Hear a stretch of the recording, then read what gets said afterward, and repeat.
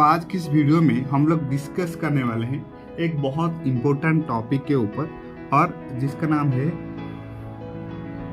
Gratuity को कैसे forfeiture किया जाता है। Forfeiture of gratuity, right. Forfeiture of gratuity तो ये आता है आपका सेक्शन 4 सबसेक्शन 6 के अंदर। और ये जो टॉपिक है ये बहुत इम्पोर्टेंट टॉपिक है और ये एग्जाम में फ्रीक्वेंटली आता है। मतलब ये लास्ट 8 टाइम्स आया है आपका एग्जाम में। सीएमए की बात कर रहा हूँ मैं, सीएमए के एग्जाम में ये लास्ट 8 टाइम्स आया है। Last 8 times comes in examinations, right? So forfeiture of gratuity is very important for your upcoming examinations also.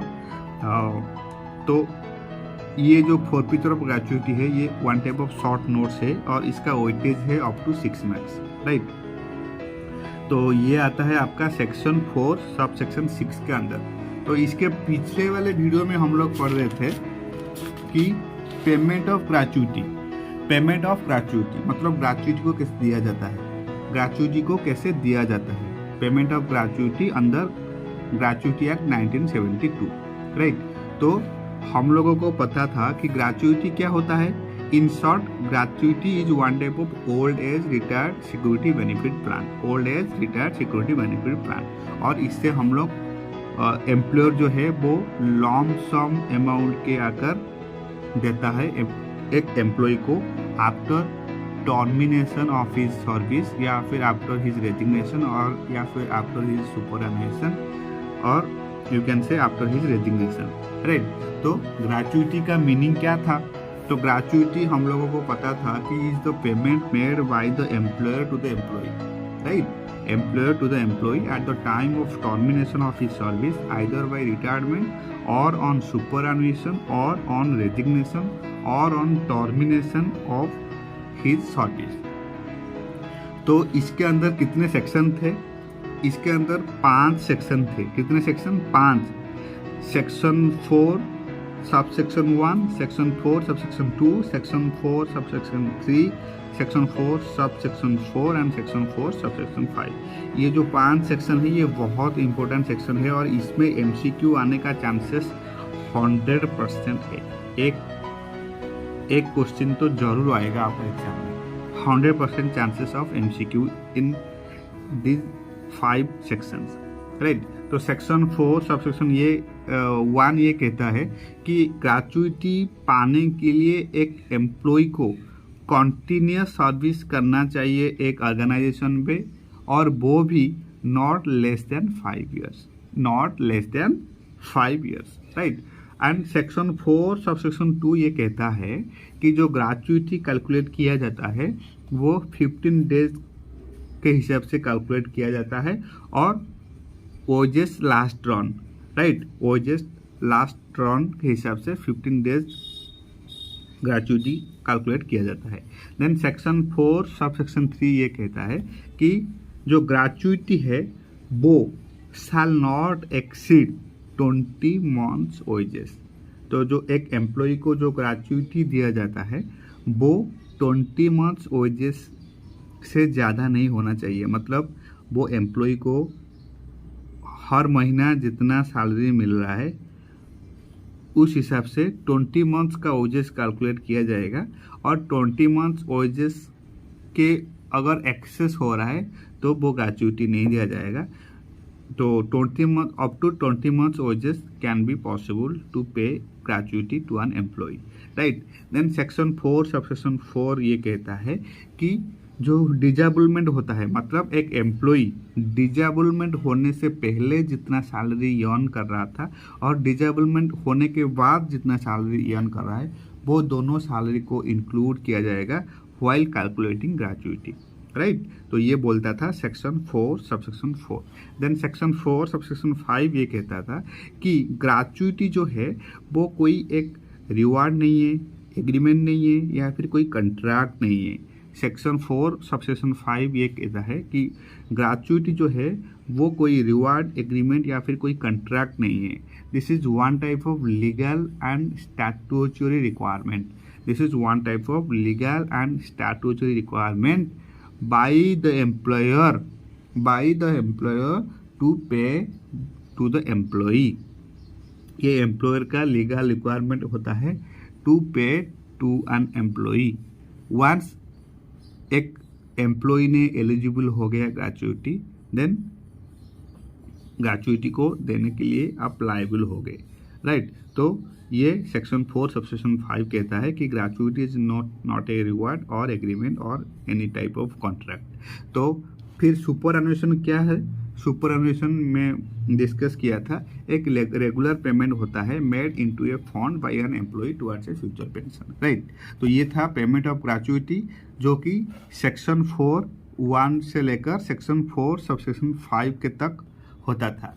तो ऑफ पेमेंट ऑफ ग्रेचुइटी अगर सेक्शन 4(1) सेक्शन 4(5) के अंदर आता है, तो फिर फॉरफीचर होता है, फॉरफीचर ऑफ ग्रेचुइटी होता है सेक्शन 4 सबसेक्शन 6 के अंदर, सेक्शन 4 सबसेक्शन 6 के अंदर। तो सर आप तो पहले बोल रहे थे कि ग्रेचुइटी को ग्रेचुइटी देना चाहिए एम्प्लॉय को, तो अब बोल रहे हो कि ग्रेचुइटी को कैंसिल करने के लिए, रिजेक्ट करने के लिए, फॉरफीचर करने के लिए।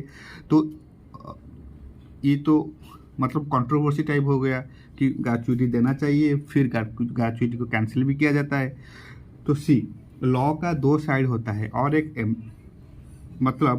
एम्प्लॉय को अगर आप रिवार्ड कर सकते हो कुछ अच्छे काम करने के लिए, तो वही एम्प्लॉय को कुछ गलत करने से या फिर कोई लीगल रिक्वायरमेंट को फॉलो नहीं करने के वजह से उसे पेनल्टी भी दिया जा सकता है।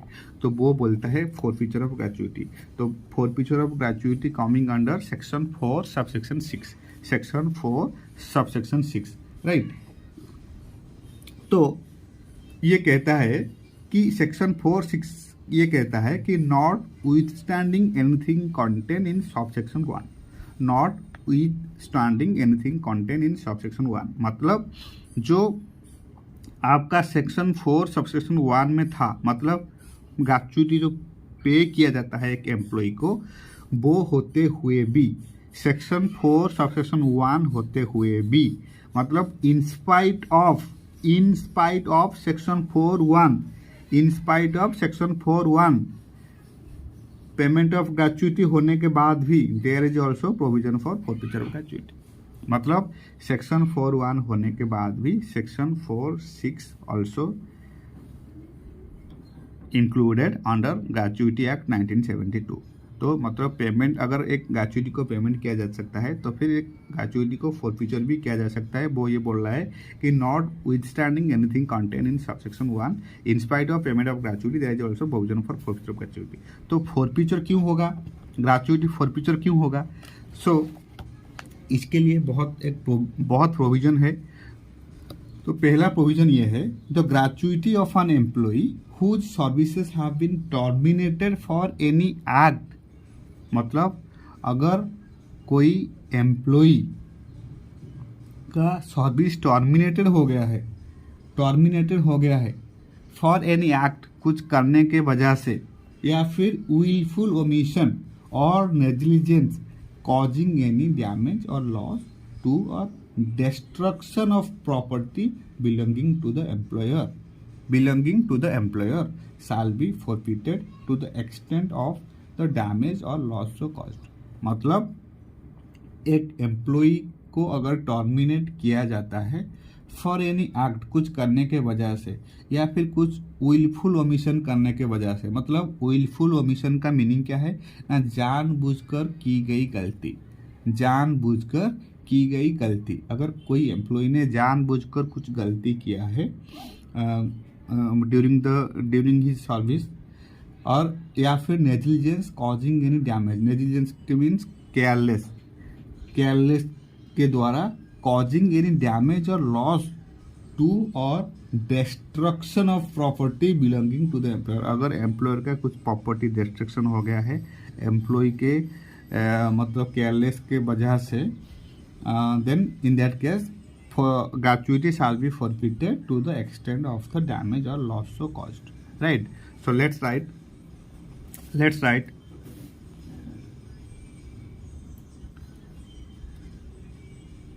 the gratuity of an employee whose services have been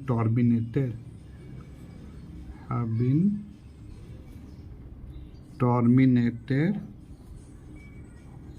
for any act या फिर willful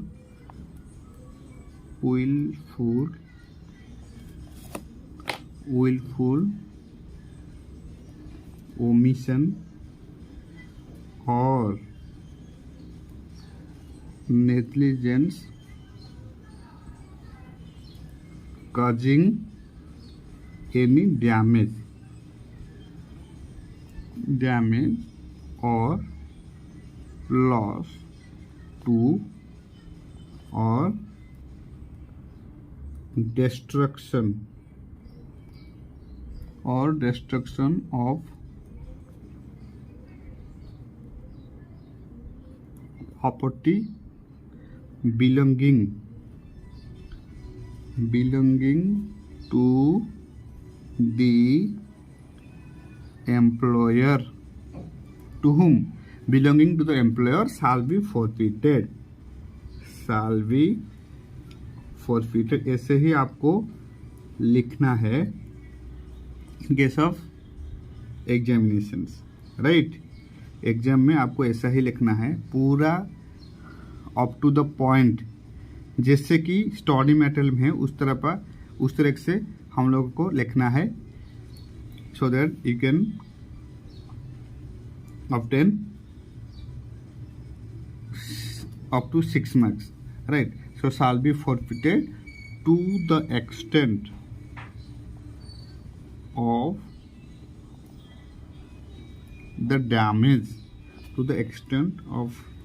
the damage, or loss so caused, right? जितना लॉस और डैमेज हुआ है उतना ग्रेचुइटी फॉरफिट हो जाएगा। जितना लॉस और डैमेज हुआ है उतना ग्रेचुइटी आपका फॉरफिट हो जाएगा।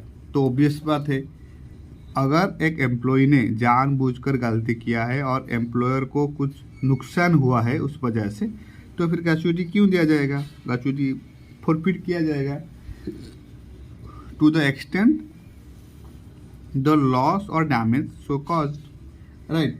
Then second most important point, the gratuity payable to an employee may be wholly or partially forfeited. Gratuity जो है वो wholly भी forfeit हो सकता है या फिर partially forfeited हो सकता है, according to the situation के हिसाब से एक ग्रेचुइटी जो है वो होली फॉरफिट किया जा सकता है या फिर पार्शियली फॉरफिट किया जा सकता है, right. Then let's right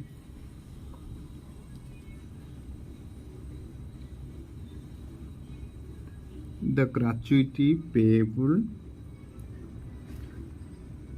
payable to an employee may be wholly or partially be forfeited, right? partially और wholly be forfeited। तो कैसे? if दो पॉइंट्स है इसके अंदर। First point, if the service of such employee have been terminated for his riotous or disorderly conduct। Riotous means lacking in control या फिर full of fun, मतलब मजाक टाइप का अगर एम्प्लॉय कुछ कर रहा है, लैक इन कंट्रोल और उसके कंट्रोल में जो नहीं है, और उससे सपोज एक एम्प्लॉय को एक रेस्पॉन्सिबल दिया गया है एक काम करने के लिए, और वो एम्प्लॉय वो काम करने के लिए मतलब लैकिंग है या फिर कंट्रोल में नहीं है उसके अंदर, तो इनके अगर और या फिर ये कह सकते हैं कि वो एम्प्लॉय वो काम को फन में ले रहा है, फन कर रहा है, मजाक कर रहा है, कुछ काम करता नहीं है, और जो उससे जो रेस्पॉन्सिबिलिटी दिया गया है और उस रेस्पॉन्सिबिलिटी का वो मतलब रेस्पॉन्सिबल अकॉर्डिंग वो काम नहीं कर रहा है तो इसे कहते हैं राइटस, राइट। तो rights, if the service of such employee have been terminated for his rights or disorderly conduct. So disorderly conduct क्या है? Disorderly conduct means unruly behavior constituting a minor offense. Unruly behavior constituting a minor offense मतलब मतलब disorderly conduct मतलब जो ethics होता है, जो legal requirement होता है, उससे जो एम्प्लॉय फॉलो नहीं कर रहा है, उसे कहते हैं disorderly conduct, right. Unruly behaviour constituting ए माइनर ऑफेंस और एनी एक्ट रिट्यूस और डिसऑर्डरली कंडक्ट और any other act of violence on his part, right. तो पहला कंडीशन ये है, एक ग्रेच्युटी को कैसे फॉरफिट किया जाता है। First condition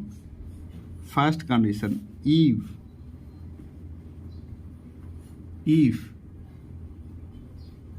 the service of such employee have been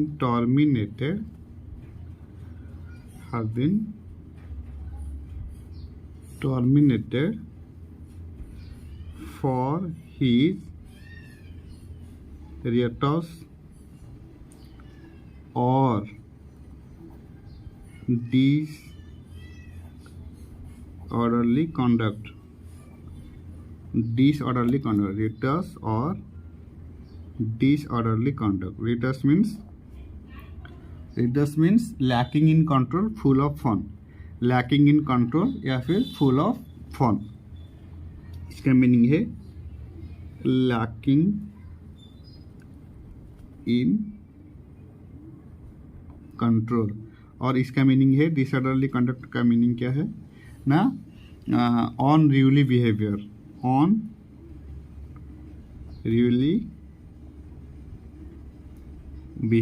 lacking in control या फिर unruly behavior, right। If the service of such employee have been terminated for his rights or disorderly conduct or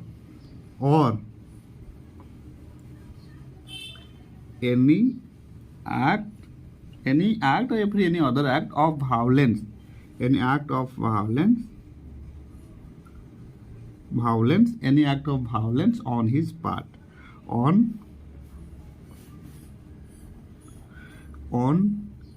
his part, और second point क्या है, if the service of such employee have been terminated for any act which constitutes an offense involving moral turpitude। तो moral turpitude का meaning क्या है? moral turpitude means conduct that is regarded as immoral, या फिर you can say an act or behavior that gravely violates the sentiment or accepted standard of the community। जो accepted standard होता है community का, अगर उसको वायोलेट कर रहा है एक एम्प्लॉई, या फिर यू कैन से जो इमोरल है, लॉ के हिसाब से जो इमोरल है, conduct that is regarded as immoral, या फिर an act or behavior that gravely violates the sentiment or accepted standard of the community, इसे कहते हैं moral turpitude, right। If the service of such employee have been terminated for any act which constitutes an offense involving moral turpitude, provided that such offense is committed by him in the course of his employment। अगर उसके employment के time के अंदर अगर कुछ moral turpitude किया है एक एम्प्लॉय ने, राइट, तो in that case his gratuity will be forfeited Holi या फिर पार्शियली, राइट। तो let's write, if the service of if the service of such employee have been terminated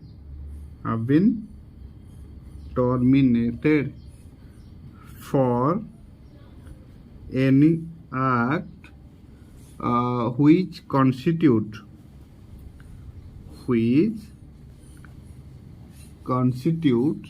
an offense involving moral turpitude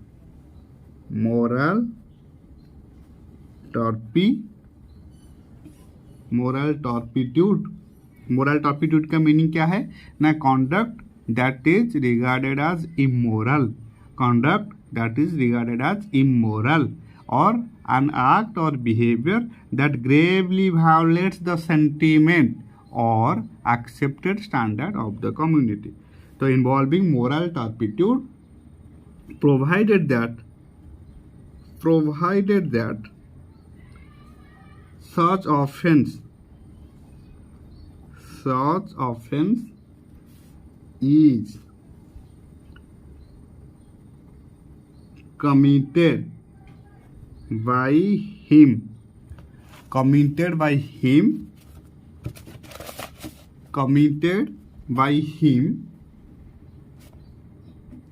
in the course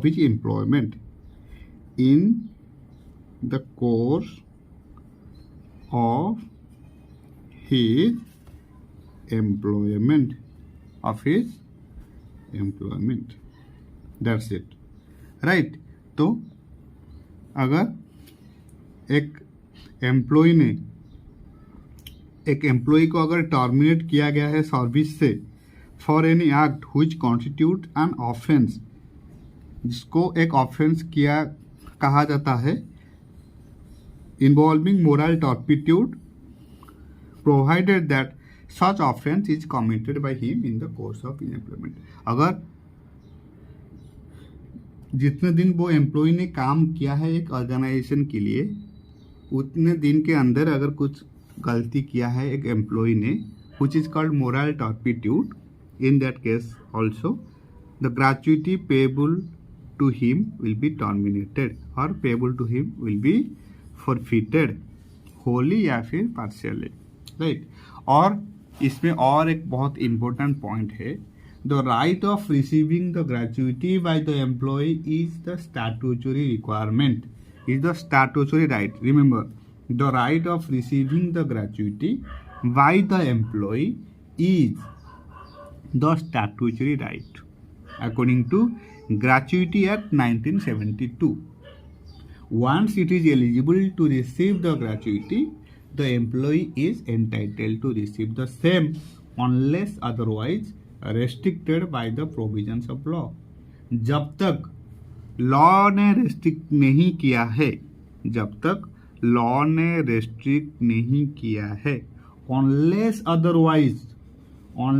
otherwise restricted by the provisions of law, the right of receiving the gratuity by the employee is the statutory right. तो जब तक law ने restrict नहीं किया है तब तक gratuity को पाने के लिए एक एम्प्लॉय का लीगल रिक्वायरमेंट है या फिर लीगल राइट है, right? The right of receiving the gratuity by the employee is the statutory right. और ये जो सेंटेंस है इसमें एमसीक्यू भी आ सकता है कि the right of receiving the gratuity by the employee is the dash. So you can write that the right of receiving the gratuity by the employee is the statutory right. Right. Once it is eligible to receive the gratuity, the employee is entitled to receive the same, unless otherwise restricted by the provision of law. तो ये है forfeiture of gratuity. Forfeiture of gratuity is coming under section 4 subsection 6 और ये short note होता है 6 mark का और ये पिछले 8 टाइम्स एग्जाम में आया है। तो ये टॉपिक बहुत इंपॉर्टेंट है आपका एग्जामिनेशन पॉइंट ऑफ व्यू में। अगर फॉरफीचर ऑफ ग्रेचुइटी को आप स्किप कर दिए तो ये बहुत बड़ा गलती हो जाएगा, right? So this is it all about forfeiture of gratuity. under Gratuity Act 1972. So thank you so much for your time. Thank you so much for your support and happy studying.